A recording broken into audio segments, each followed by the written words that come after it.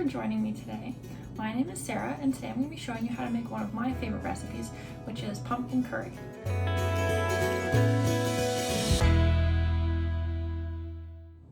I really enjoy this recipe because it's super easy to make, it's packed with nutrients, and it's great as a leftover.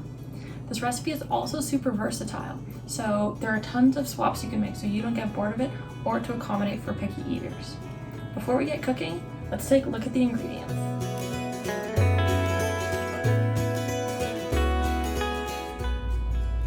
So here are the ingredients I'm going to be using today, but like I said earlier, this recipe is super versatile, so you can switch up the ingredients based on what you have on hand or what your preferences are.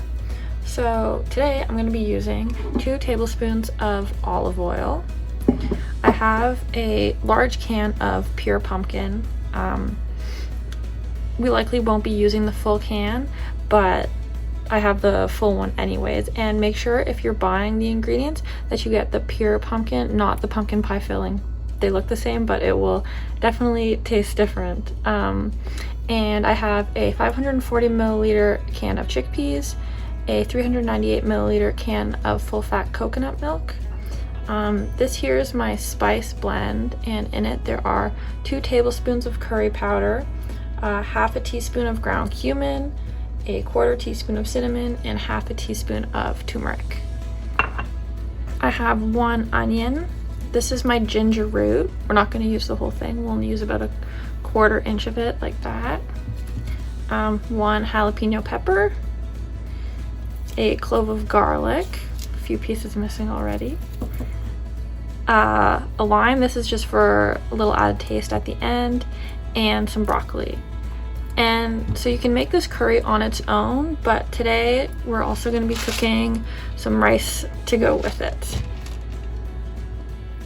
So the first thing I'm going to do is get started on the rice, because that I find usually takes the longest, so I figure I'll start it first. Your rice cooking instructions will depend on the type of rice you have, but for mine, I'm going to be cooking 3/4 cup of rice, and it'll go with 1 3/4 cup of water.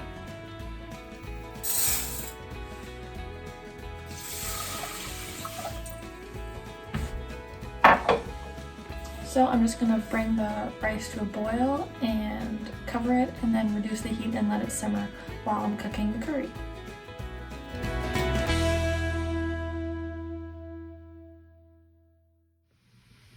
So the first thing I'm going to prepare is the garlic. You need 3 cloves of garlic for this recipe, but if you're a garlic lover, feel free to use more than 3. It definitely won't hurt. I'm doing the garlic first because garlic actually has some really great antioxidant and anti-inflammatory properties. But the catch is, these properties come from a compound called allicin, and allicin actually becomes activated once you crush up the garlic, and it needs a few minutes afterwards to become fully activated to reach its full potential before you begin cooking with it. So I'm going to start with the garlic to make sure I get all the health benefits I can, and then while the garlic is sitting, that's when I'll cut the ginger and the onion and the jalapeno.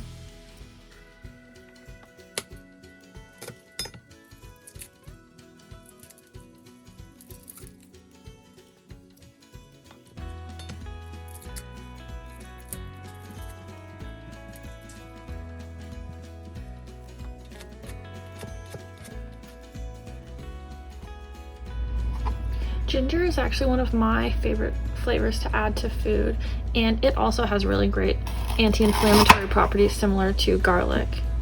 In this recipe, we're going to use about 1 inch to 1.5 inches of the ginger roots, about this size. And you'll want to cut or peel off the sides of it.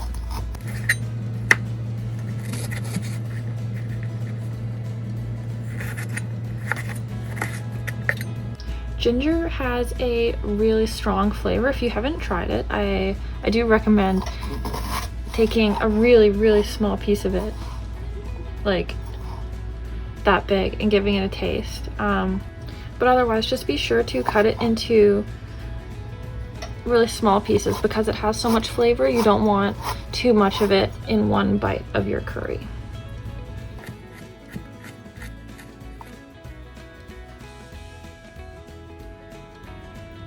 I'm using a pretty small jalapeno in my curry because I don't love super spicy foods, but the added spice is really nice. So I'm just gonna cut it this way and scoop out the insides. And then again, I'm gonna cut it into really small pieces because it has a really strong flavor and I don't want all of that in one bite.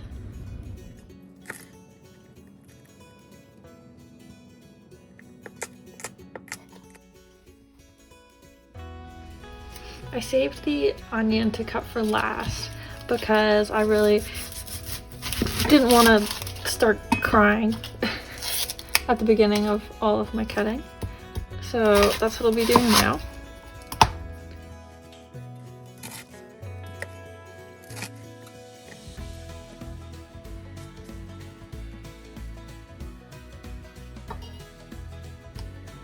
So as you can see, my rice is still cooking in the back here. And now I'm gonna get started on the curry pan. So I'll add my 2 tablespoons of olive oil. I'm just gonna eyeball it here, but about like that. And here I have my onions and garlic and ginger, which I'll throw in the pan.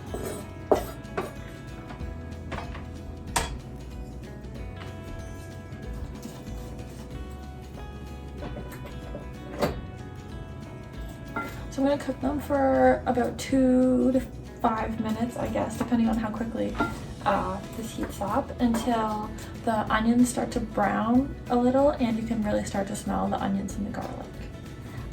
And then I'll add the jalapeno peppers and the spice blend.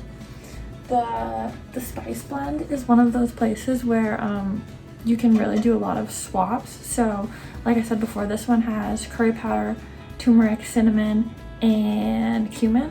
I sometimes like to include paprika or black pepper and maybe swap out the cinnamon or the cumin.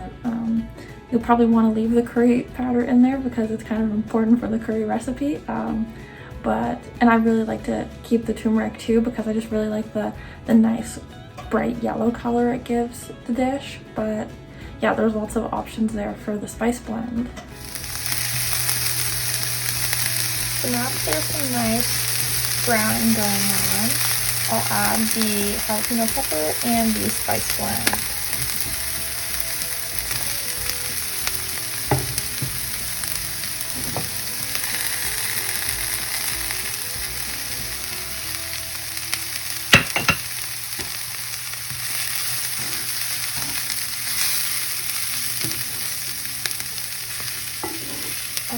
Give it a good mix until it's nice and thoroughly mixed up and all of the onions are covered in spices.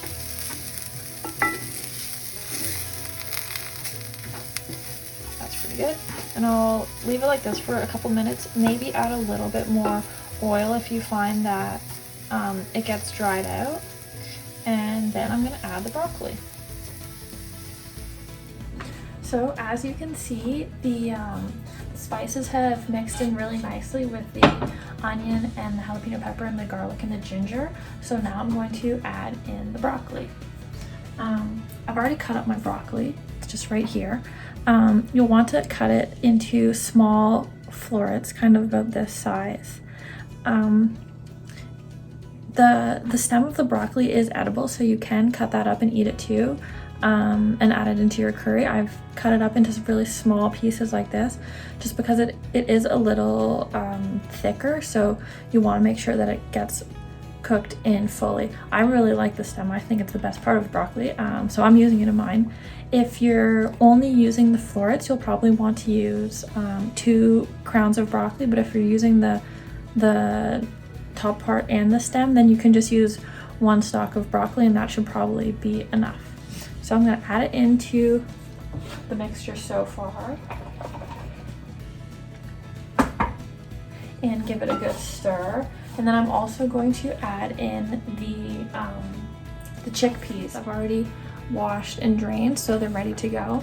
Chickpeas are a really great source of protein, so there's no other proteins in the curry like chicken or turkey or anything, but you can totally add something like chicken, turkey, or tofu or whatever to the recipe in the future. That's another great way to change it up so you don't get bored of it, and it might also make it more appealing to someone who doesn't love chickpeas. So I've added the chickpeas and the broccoli into the pan, and I'm gonna cook them this way for a few more minutes just so that they get nicely mixed in with everything, and then I'm gonna add in the rest of the ingredients. So now that the broccoli and the chickpeas have gotten a bit of a head start, I'm gonna add in the coconut milk and the pumpkin. Just make sure before you open your can of coconut milk that you give it a good shake so that all of the fats get mixed in together, otherwise it's all separated in the can. So pour that in. Looks good. And give it a bit of a stir. I'm gonna only add 1 cup of pumpkin to start, just because I'm not quite sure how much pumpkin I'm gonna want. And you can totally add as much pumpkin as you want in just little bits, just to see what texture you're looking for and how much pumpkin flavor you want in your curry.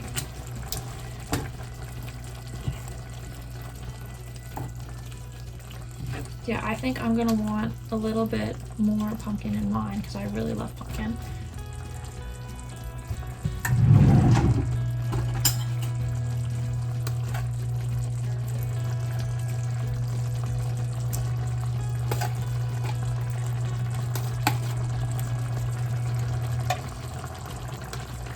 So that probably makes about 2 cups of pumpkin total.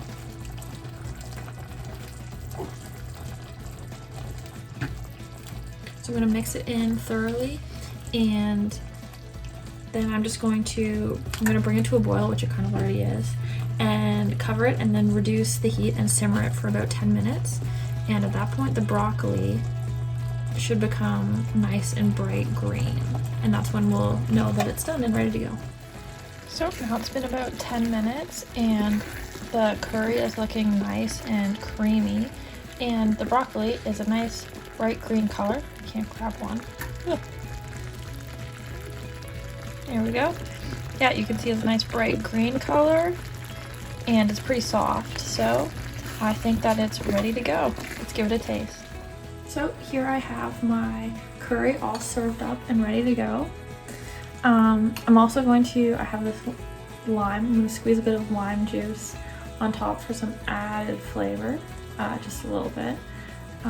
Like I said, one of my favorite things about this recipe is the versatility. So today I'm having it over rice with some lime juice, but it also is great on its own with some naan bread over another favorite grain like quinoa or really anything. And there's tons of opportunity for added veggies like zucchini, peppers, sweet potato, and like I mentioned earlier, different spices and different protein options. So I really love this recipe and I hope you guys enjoy it as much as I do. Thanks for cooking with me.